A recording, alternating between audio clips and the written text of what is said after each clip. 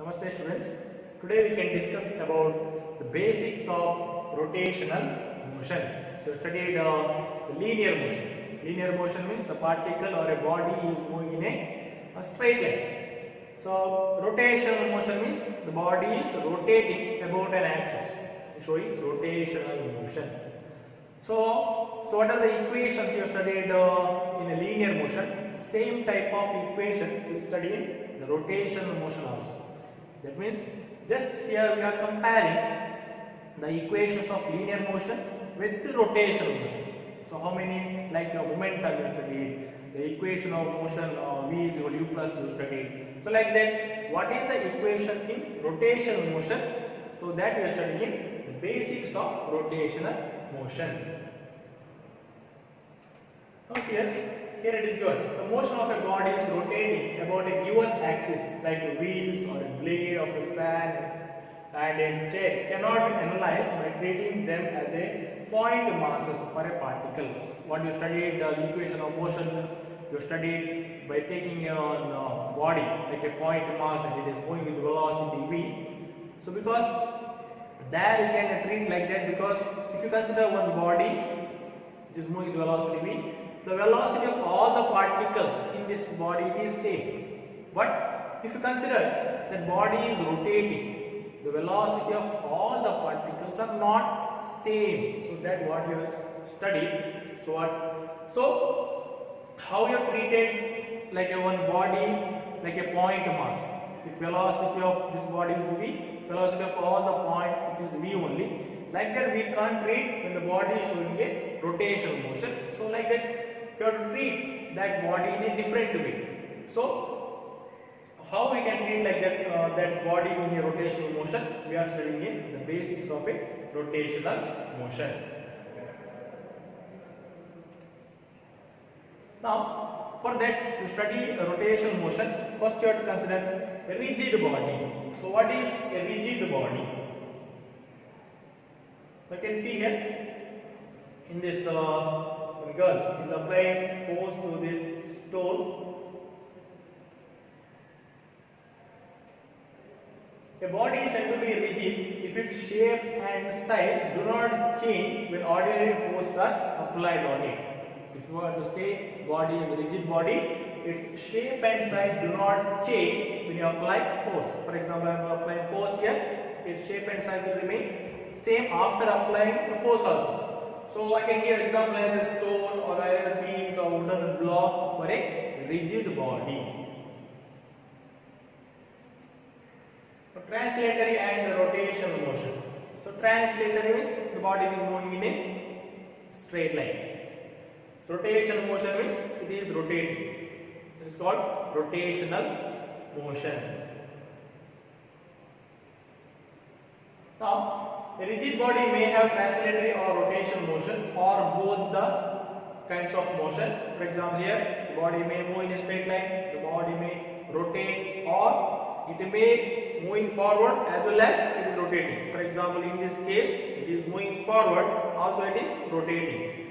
So there will be three kinds of motion: translatory, rotation, or both the kinds. In the translatory motion of body, every particle in the body moves with the same speed in the same direction.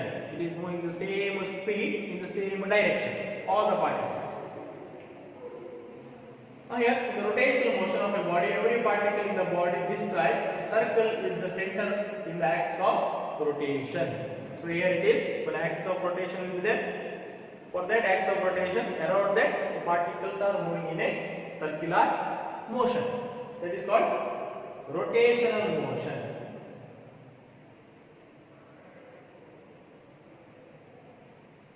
Examples for a rotational motion we can study now. You can see a rotation of Earth about its axis, rotation of Earth, rotation of a spinning top, merry-go-round or a giant wheel, rotation of blades of a fan. So these are some examples.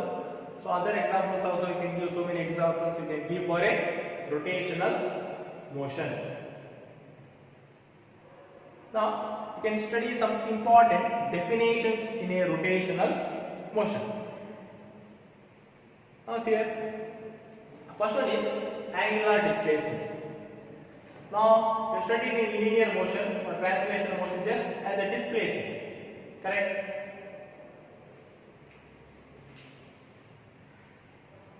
So, we studied displacement. Now, so displacement you studied. So, their displacement is there, here just angular displacement. So, what is displacement then? The body will move from one point to another point. So, the distance, straight line distance from the final to initial, that is called displacement. So, there if a body is moving in a straight line, what changes? Its position changes. So, here when particle is moving in a showing a rotational motion, what changes? Angle changes. For example, the body will be here at a point A. Now it is moving from A to B. So what changes here? Theta changes. As it is moving in a circular motion, theta is changes. So this theta only we are saying as angular displacement.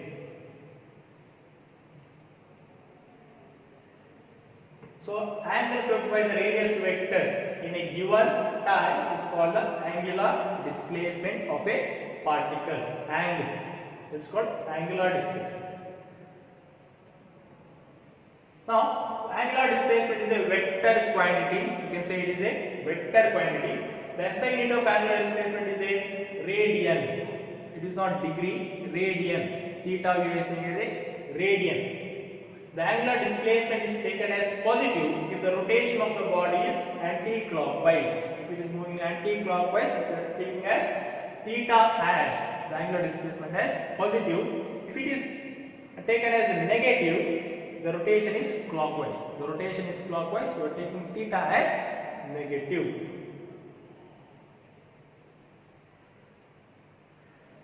Now, so that we define displacement. Next we define velocity. So here also angular displacement. So next will be angular velocity. So what is that? The rate of change of angular displacement is called angular velocity, and it is denoted by this symbol, and this symbol is called omega. What is called? It is called omega. So there it is very simple. So how we define velocity? It is displacement by time. So here it is angular velocity is angular displacement by time. So that's all. The definition of angular velocity. So angular velocity omega is equal to angular displacement divided by time taken. That is theta by t. And this angular velocity is a vector quantity. Now SI unit, how can you give a SI unit? Theta is radian and time is it is second. So it is radian per second is the SI unit of angular velocity.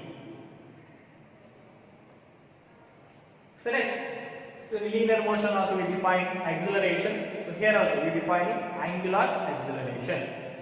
So what is angular acceleration? The rate of change of angular velocity is called angular acceleration. So there also acceleration is equal to velocity divided by time. So here it is angular velocity divided by time.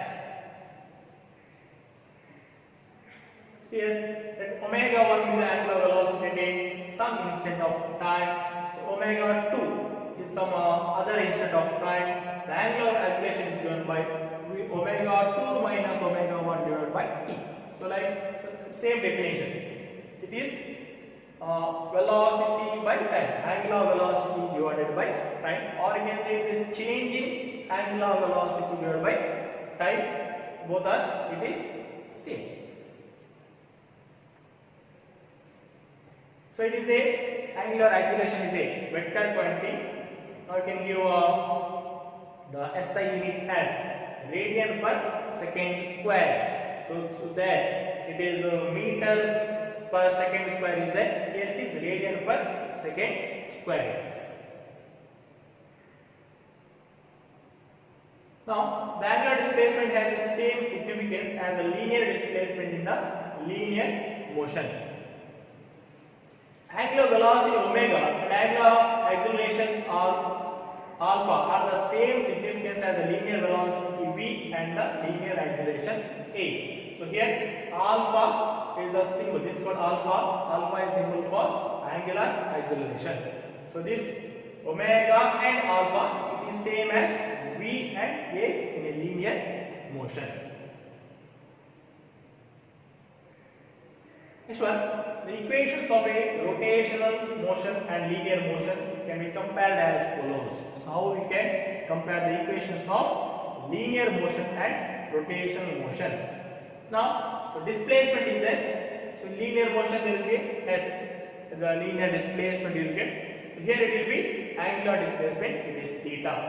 Velocity will be there. So velocity there is omega. Omega is equal to theta by t, you can say. Acceleration is alpha is omega by t.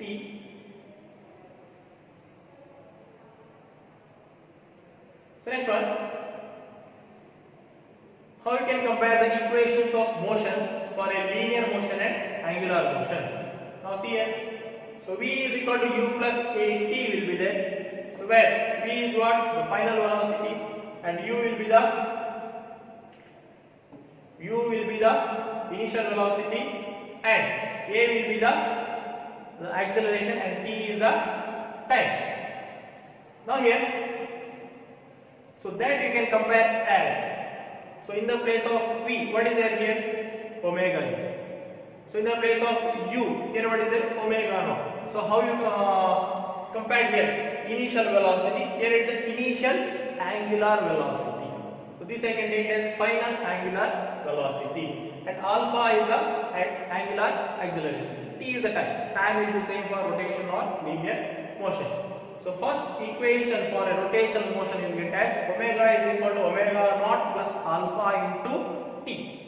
So second equation of motion is S is equal to ut plus half at square. So that you can write as theta is equal to omega naught t plus half into alpha t square. See here, displacement. Here it is angular displacement. Initial velocity, here it is initial angular velocity. And here it is acceleration, here it is angular acceleration.